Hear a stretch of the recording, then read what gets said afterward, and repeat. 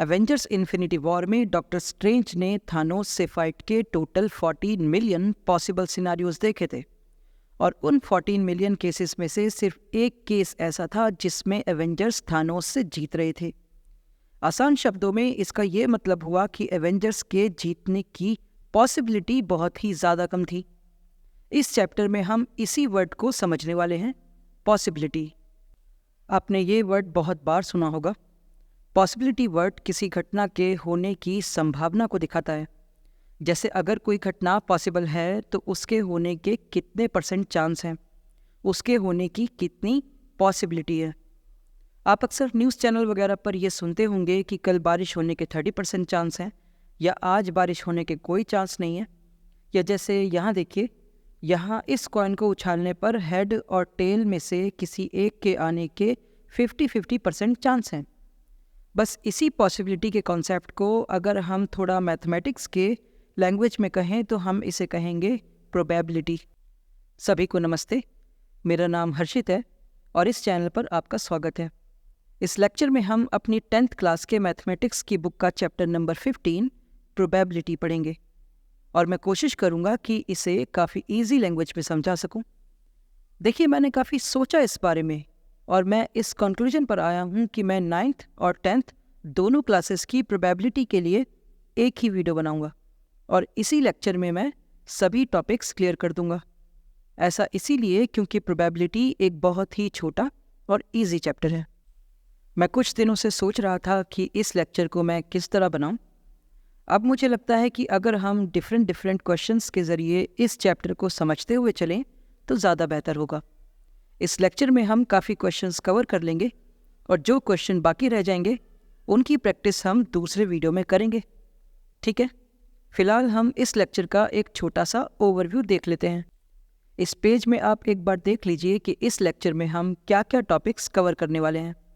इस वीडियो में हम इन टॉपिक्स को डिटेल में समझेंगे और साथ ही साथ इनके क्वेश्चंस भी करेंगे। इसके अलावा हम कुछ मिसलेनियस क्वेश्चन भी करेंगे जिससे कि हमारा कॉन्सेप्ट अच्छे से क्लियर हो जाए। ठीक है, तो सबसे पहले हम अपने फर्स्ट टॉपिक पर आते हैं। ये हमारा फर्स्ट टॉपिक है। इस पेज में हम प्रोबेबिलिटी के साथ एक फॉर्मल इंट्रोडक्शन कर लेते हैं।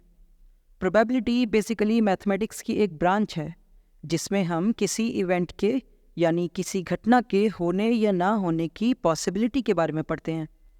हम इसमें ये समझने की कोशिश करते हैं कि एक इवेंट के होने के कितने चांसेस हैं ताकि हम ये कैलकुलेटेड गेस कर पाएँ और ये प्रेडिक्ट कर पाएँ कि कौन सा इवेंट होगा और कौन सा नहीं।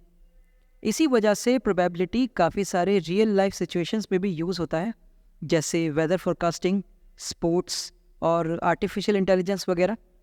प्रोबेबिलिटी के बारे में बस एक बात याद रखिए कि एक इवेंट की प्रोबेबिलिटी हमेशा 0 से लेकर 1 तक ही रहती है। इस बारे में हम नेक्स्ट पेजेस में डिटेल में बात करेंगे। अभी नेक्स्ट पेज में हम ये समझेंगे कि आखिर एक इवेंट की प्रोबेबिलिटी कैसे फाइंड करते हैं। सबसे पहले हम कुछ वर्ड्स का मतलब समझ लेते हैं, जैसे इवेंट, फेवरेबल आउटकम और टोटल पॉसिबल आउटकम्स। मान लीजिए कि हम एक लूडो का गेम खेल रहे हैं और हमें इस डाइस पे 2 के आने की प्रोबेबिलिटी फाइंड करनी है। अब यहाँ डाइस पर 2 आना हमारे लिए इवेंट है। यहाँ हमने एक अनबायस्ड डाइस यूज़ किया है। अनबायस्ड का मतलब होता है जिसमें कोई चीटिंग ना की हुई हो। और हम जानते हैं कि एक डाइस पे टोटल 6 नंबर्स होते हैं और जब डाइस को फेंका जाता है तो इनमें से कोई भी नंबर आ सकता है। तो इसका ये मतलब है कि हमारे पास टोटल 6 पॉसिबल आउटकम्स हैं। अब हम ये देखते हैं कि कितने आउटकम्स ऐसे हैं जिनमें हमें डाइस पर 2 मिल सकता है। तो हम देखते हैं कि डाइस पर 2 बस एक ही बार लिखा है, तो इसका मतलब ये है कि 2 आने के लिए सिर्फ एक ही फेवरेबल आउटकम है। तो डाइस पर 2 आने की प्रोबेबिलिटी फाइंड करने के लिए हमें कुछ ऐसा करना होगा, number of favourable outcomes divided by total possible outcomes, यानी 1/6। तो ये था प्रोबेबिलिटी का बेसिक इंट्रोडक्शन। मैं उम्मीद करता हूँ कि आपको मेरी बात समझ आई होगी। अब नेक्स्ट पेज में हम प्रोबेबिलिटी के बारे में थोड़ी और इंटरेस्टिंग बातें समझेंगे। यहाँ हम एक क्वेश्चन के ज़रिए अपने नेक्स्ट टॉपिक को समझते हैं। ये हमारा फर्स्ट क्वेश्चन है।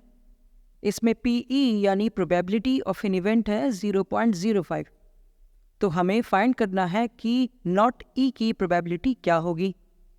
देखिए, इससे पहले कि हम आगे बढ़ें, मैं यहाँ इवेंट नॉट का मतलब बता दूं।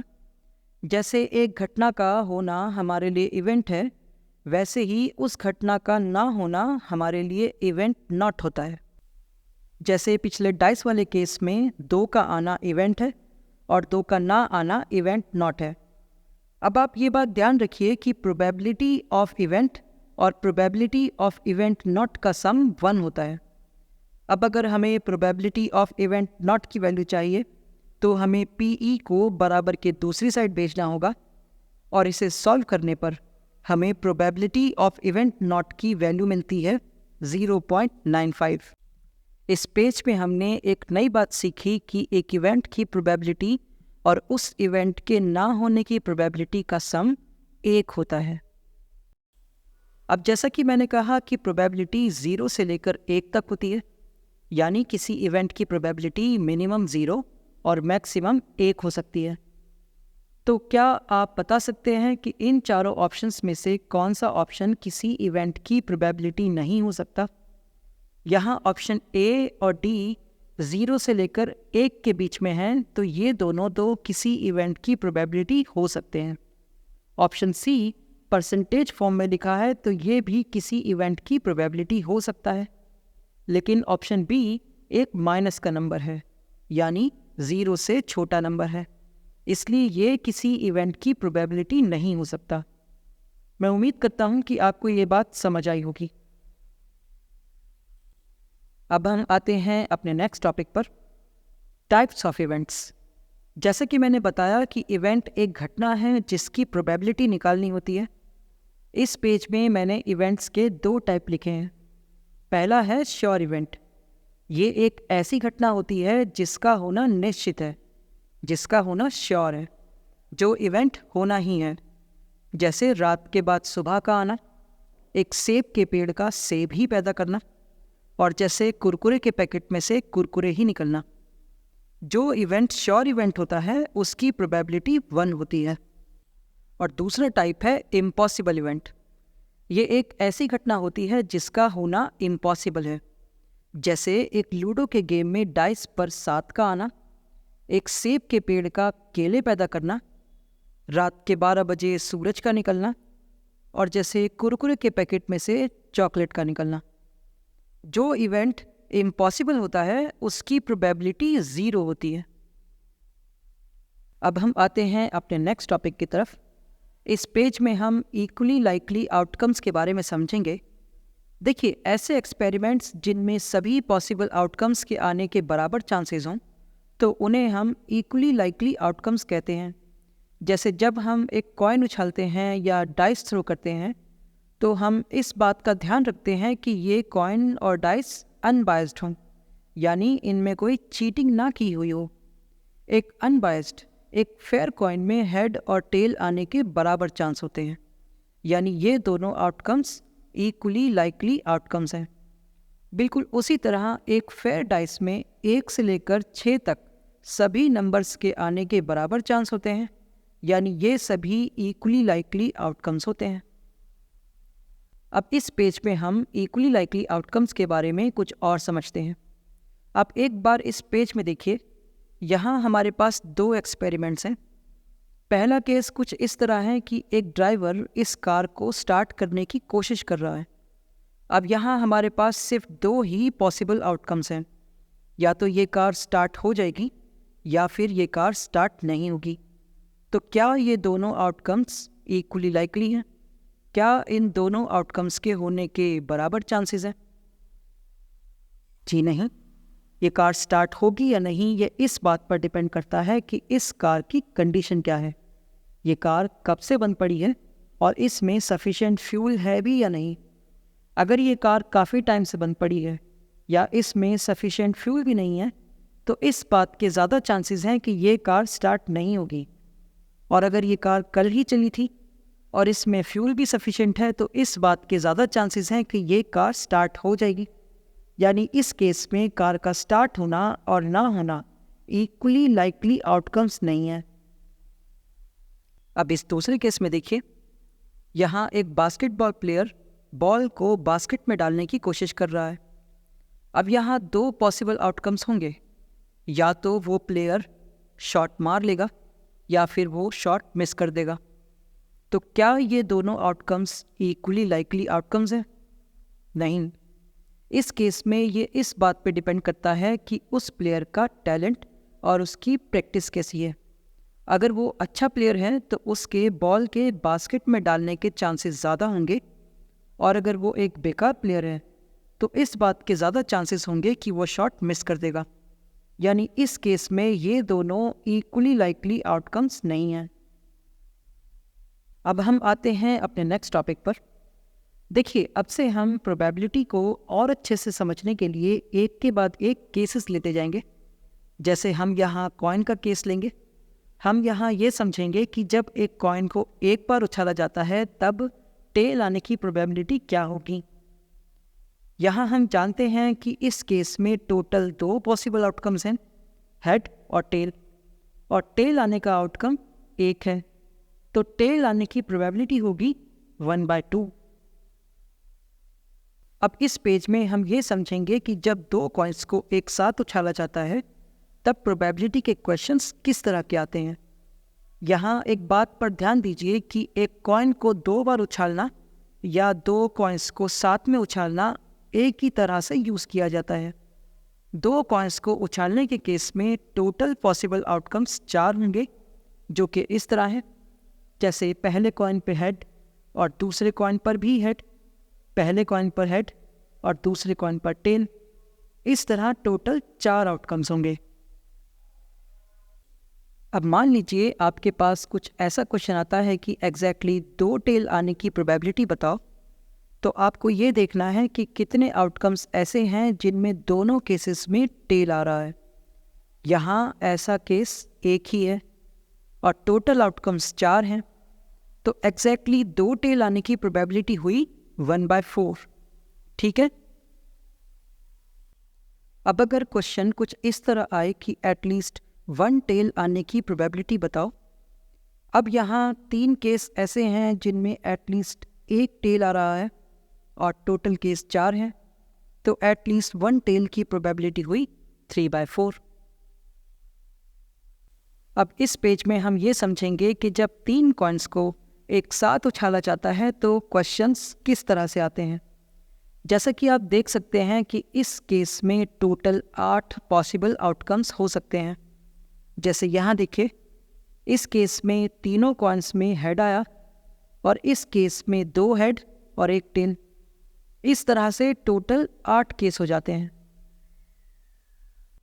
अब अगर आपके पास कुछ इस तरह क्वेश्चन आता है कि एग्जैक्टली 3 हेड आने की प्रोबेबिलिटी बताइए, तो आप क्या करेंगे? आपको सबसे पहले ये गिनना है कि कितने आउटकम्स ऐसे हैं जिनमें एग्जैक्टली 3 हेड आ रहे हैं। यहाँ इस केस में सिर्फ एक ही आउटकम ऐसा है और टोटल आउटकम 8 हैं, तो प्रोबेबिलिटी ऑफ एग्जैक्टली 3 हेड होगी 1/8। अब अगर आपके पास ऐसा क्वेश्चन आता है कि सिर्फ एक हेड आने की प्रोबेबिलिटी बताइए, तो आपको सबसे पहले ऐसे आउटकम्स गिनने होंगे जिनमें सिर्फ एक ही बार हेड आता है। अब आप यहाँ देख सकते हैं कि यहाँ 3 ही केस ऐसे हैं जिनमें सिर्फ एक ही बार हेड आया है और टोटल आउटकम्स 8 हैं, तो अब प्रोबेबिलिटी ऑफ ओनली 1 हेड होगी 3/8। अब अगर आपके पास ऐसा क्वेश्चन आता है कि एटलीस्ट 1 हेड आने की प्रोबेबिलिटी बताइए, तो अब आपको ये गिनना है कि ऐसे कितने आउटकम्स हैं जिनमें एटलीस्ट एक बार तो हेड आ रहा है। तो यहाँ हम देख रहे हैं कि 7 ऐसे आउटकम्स हैं जिनमें एटलीस्ट एक बार हेड आ रहा है, तो प्रोबेबिलिटी ऑफ एटलीस्ट 1 हेड हुई 7/8। अब हम अपने नेक्स्ट टॉपिक पर आते हैं। यहाँ हम ये समझेंगे कि जब 2 डाइस को एक साथ फेंका जाता है तो टोटल आउटकम्स कितने होते हैं और क्वेश्चंस किस तरह के आते हैं। जैसे यहाँ देखिए, यहाँ मैंने 2 डाइस एक साथ फेंकने पर टोटल आउटकम्स लिखे हैं। मान लीजिए हमने 2 डाइस एक साथ फेंके, पहले डाइस पर 1 और दूसरे डाइस पर भी 1 आया है। यहाँ पहले डाइस पर 1 आया और दूसरे डाइस पर 2 आया है। इस तरह टोटल 36 आउटकम हो जाते हैं। अब हम देखते हैं कि डाइस के केस में क्वेश्चंस किस तरह के आते हैं। जैसे यहाँ देखिए, इस क्वेश्चन में हमें ये फाइंड करना है कि दोनों टाइम 5 ना आने की प्रोबेबिलिटी क्या होगी। अब यहाँ हमें ये गिनना होगा कि ऐसे कितने आउटकम्स हैं जिनमें दोनों ही बार 5 नहीं आ रहा है। आप चाहें तो वीडियो रोक कर ये गिन सकते हैं कि यहाँ टोटल 25 केसेस ऐसे हैं जिनमें 5 नहीं आ रहा है। अब क्योंकि हमारे फेवरेबल आउटकम्स 25 हैं और टोटल आउटकम्स 36 हैं, तो अब probability of 5 will not come either time की प्रोबेबिलिटी हुई 25/36। ठीक है, अब नेक्स्ट पार्ट को देखिए। यहाँ हमें ये फाइंड करना है कि एटलीस्ट एक बार 5 आने की प्रोबेबिलिटी क्या होगी। यानी जब हम दोनों डाइस को फेंकेंगे तो कितनी प्रोबेबिलिटी है कि एक बार तो 5 आएगा ही। आप फिर से यहाँ गिन के देखिए, ऐसे 11 केस हैं जिनमें एटलीस्ट एक बार तो 5 आ रहा है और टोटल आउटकम्स है 36। तो एटलीस्ट एक बार 5 आने की प्रोबेबिलिटी होगी 11/36। अब हम अपने नेक्स्ट क्वेश्चन पर आते हैं। यहाँ हम कार्ड्स के डिफरेंट केसेस देखेंगे। इस क्वेश्चन में एक कार्ड्स की गड्डी है जिसमें टोटल 52 कार्ड हैं। इस गड्डी को अच्छे से फेंटा जाता है और रैंडमली एक कार्ड निकाला जाता है और हमें इन सभी केसेस की प्रोबेबिलिटी फाइंड करनी है। अब इस पेज में आप एक बार कार्ड्स के बारे में कुछ बातें जान लीजिए। एक कार्ड्स की गड्डी में ए से लेकर किंग तक टोटल 52 कार्ड होते हैं और सभी नंबर के 4-4 कार्ड होते हैं। जैसे 2 नंबर के 4 कार्ड, 7 नंबर के 4 कार्ड। ये जो कार्ड्स होते हैं ये 4 डिफरेंट टाइप के होते हैं और वो टाइप हैं क्लब, हार्ट, स्पेड और डायमंड्स। सभी टाइप्स के 13 कार्ड होते हैं। फॉर एग्जांपल क्लब के 13 कार्ड, स्पेड के 13 कार्ड। अब क्योंकि क्लब और स्पेड ब्लैक कलर के हैं और हार्ट और डायमंड्स रेड कलर के हैं, तो हमारे पास 26 ब्लैक कार्ड और 26 रेड कार्ड होते हैं। अब फेस कार्ड का मतलब है ऐसे कार्ड जिन पे नंबर की जगह फेस बना हुआ हो, जैसे जैक, क्वीन और किंग। और एक गड्डी में टोटल 12 फेस कार्ड्स होते हैं। अब नेक्स्ट पेजेस में हम इन क्वेश्चंस को सॉल्व करने की कोशिश करेंगे।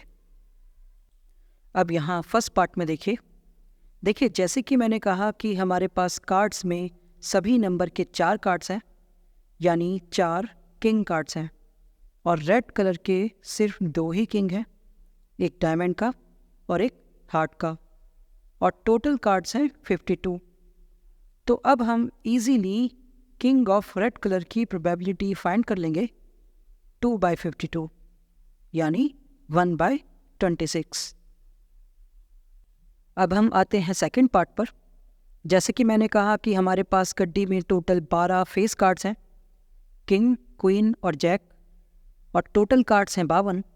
तो फेस कार्ड आने की प्रोबेबिलिटी होगी 12/52 यानी 3/13।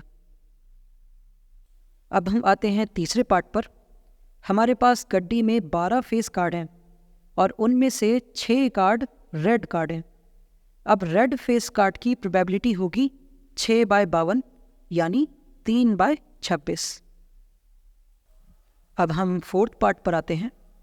यहाँ काफ़ी स्पेसिफिक कार्ड की बात हो रही है, जैक ऑफ हार्ट्स, और हमारे पास गड्डी में जैक ऑफ हार्ट्स सिर्फ एक ही होता है। तो जैक ऑफ हार्ट्स की प्रोबेबिलिटी होगी 1/52। अब फिफ्थ पार्ट को देखिए। जैसा कि मैंने बताया कि गड्डी में 4 टाइप के कार्ड्स होते हैं और सभी टाइप के 13 कार्ड्स होते हैं। तो इस तरह स्पेड के भी 13 कार्ड्स होंगे। तो अब एक स्पेड कार्ड की प्रोबेबिलिटी होगी 13/52 यानी 1/4। अब हम आते हैं अपने सिक्स्थ और लास्ट पार्ट पर। यह भी एक स्पेसिफिक कार्ड की बात कर रहा है, क्वीन ऑफ डायमंड, और हमारे पास डायमंड की बस एक ही क्वीन होती है।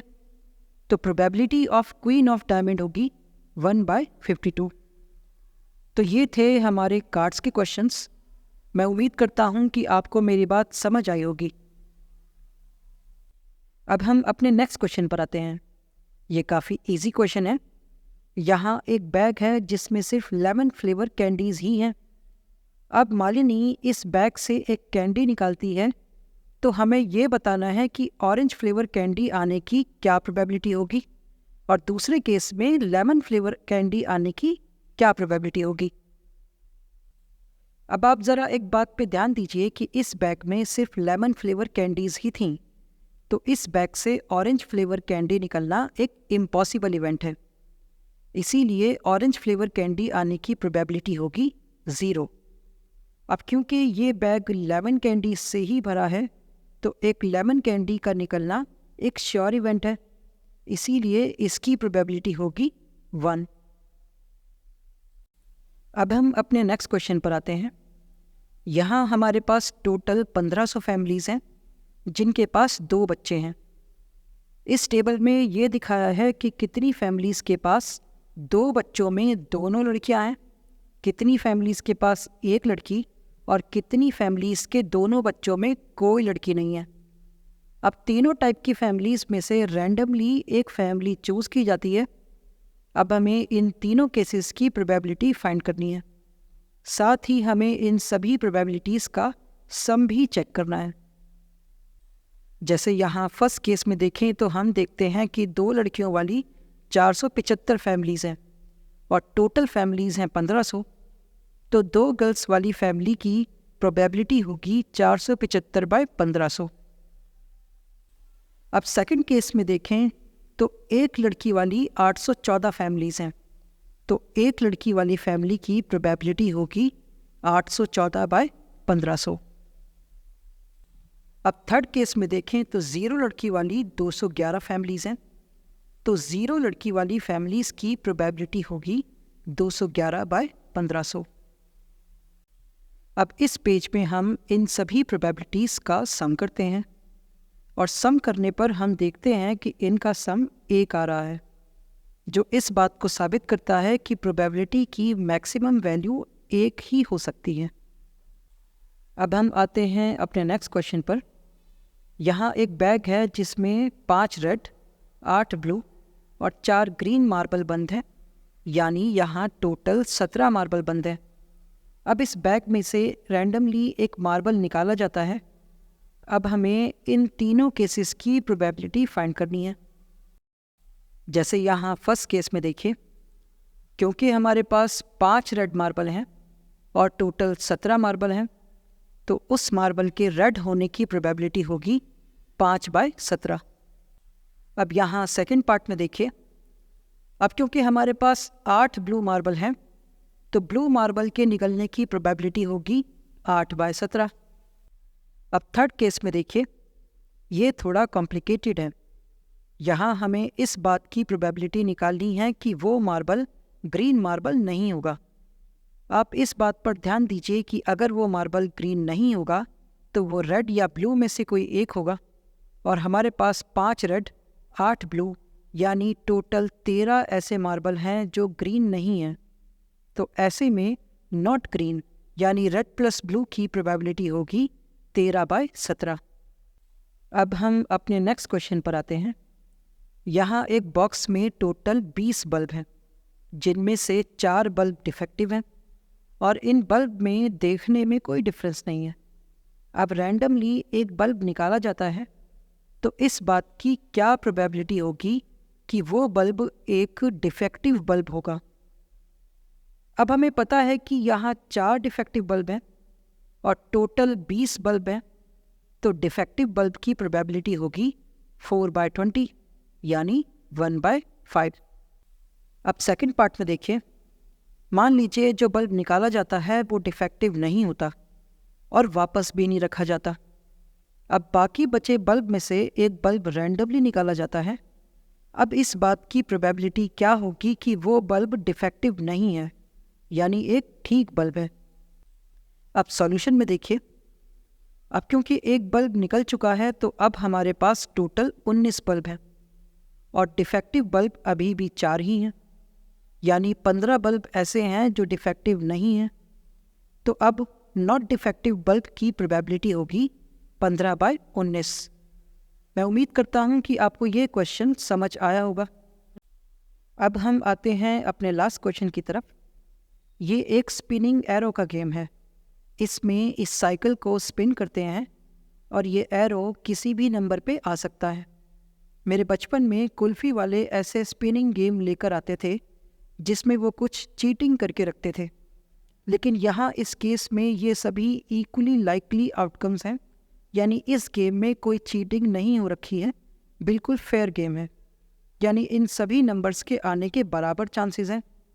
अब हम इन सभी केसेस की प्रोबेबिलिटी फाइंड करेंगे। अब यहाँ हमारे फर्स्ट केस को देखें।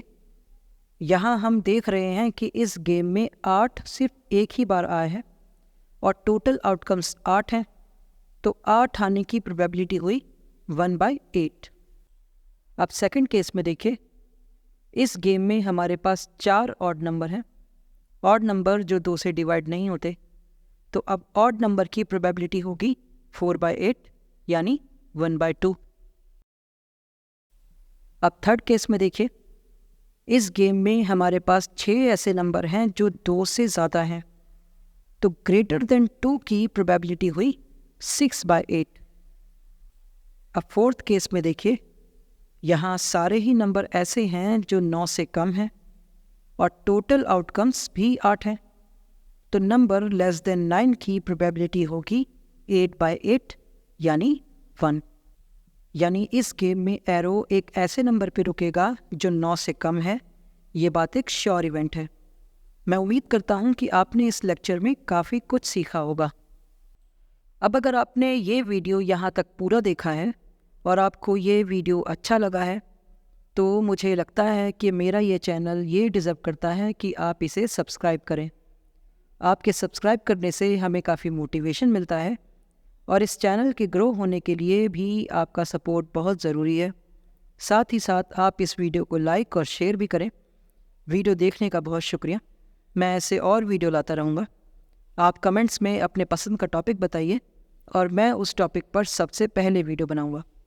आप कोई सजेशन देना चाहें तो उसके लिए भी कमेंट्स खुले हैं। तब तक अपना ख्याल रखिए। अब हम मिलते हैं अपने नेक्स्ट लेक्चर में।